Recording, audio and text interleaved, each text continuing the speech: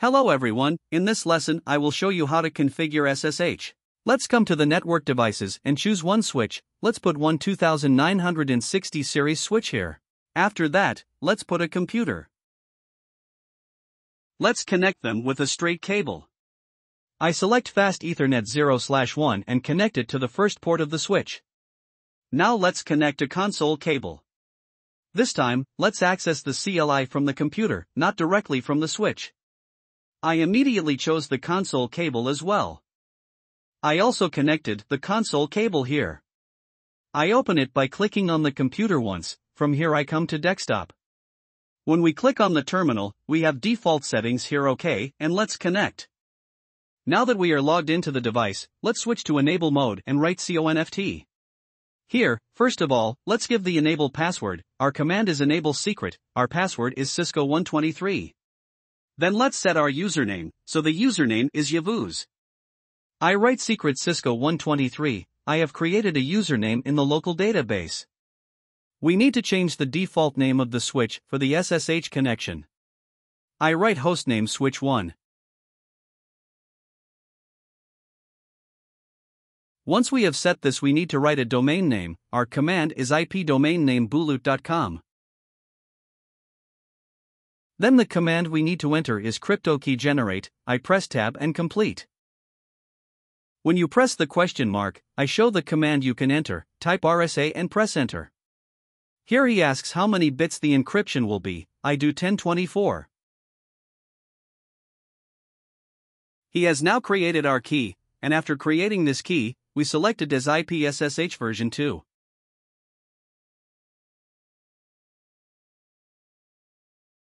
After making the SSH settings, let's adjust the line console and line VTY settings. If we make the line VTY settings, we can access it from Telnet and SSH. If we enter the line console password, we give the password for the physical console connection. Let's set up the line console first. Let's say line console 0 login local and log out of here. Now let's make line VTY virtual terminal settings. Let's write line VTY 015. Let's write login local. Let's type exit and save our settings. Now let's check the settings we made by making a show run.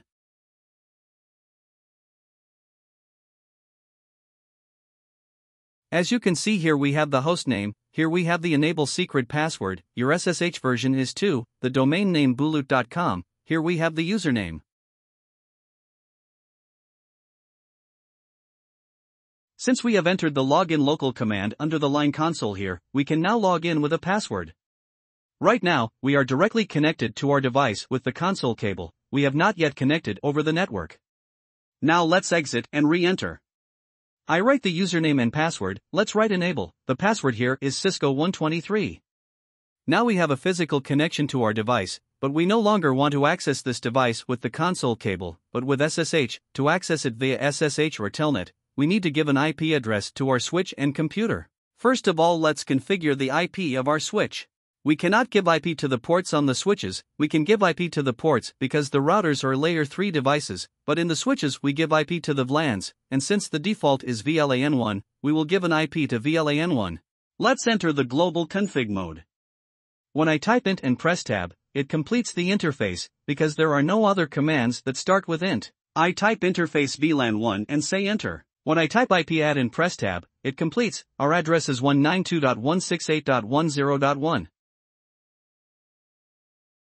Subnet mask 255.255.255.0. There is also a no shutdown command, which opens interface.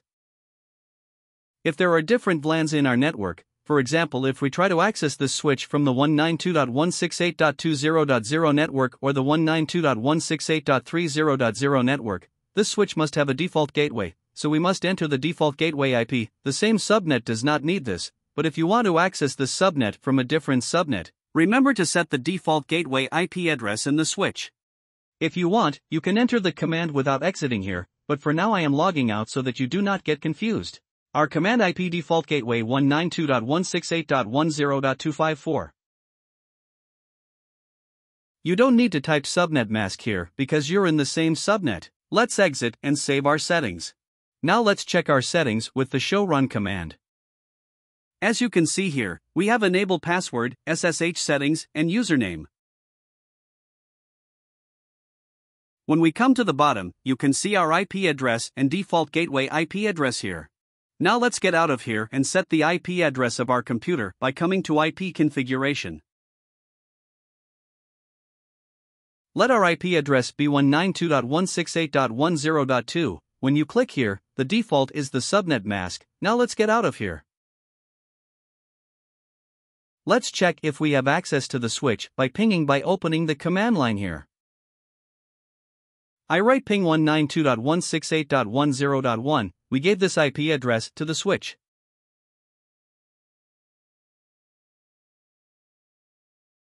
At first it hit a timeout, but then our connection came, so let's try again. As you can see now, we have access to our device. Now let's log out of here as well. You need to open the PuTTY or secure CRT program on your computer and connect from Telnet or SSH. Now that this is a virtual environment, this computer has software for Telnet and SSH on it. Let's try a Telnet first, then we try SSH. The IP of our switch is 192.168.10.1. We say connect. As you can see, it is opened immediately. Here we will enter our username and password. Switching to enable mode, the password is Cisco123. Let's check the settings by typing show run.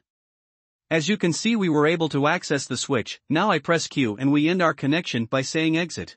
Now let's get out of here and try SSH. Here we write our IP address, with SSH selected, 192.168.10.1. We write our username, we say connect, and we write our password. Let's go to enable mode and type in our password.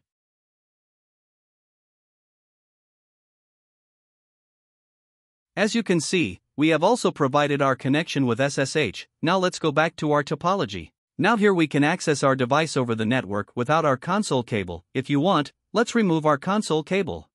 As you can see, now our computer can connect to the switch via the network via SSH or Telnet. You can also configure SSH this way. Goodbye to see you in our next lesson.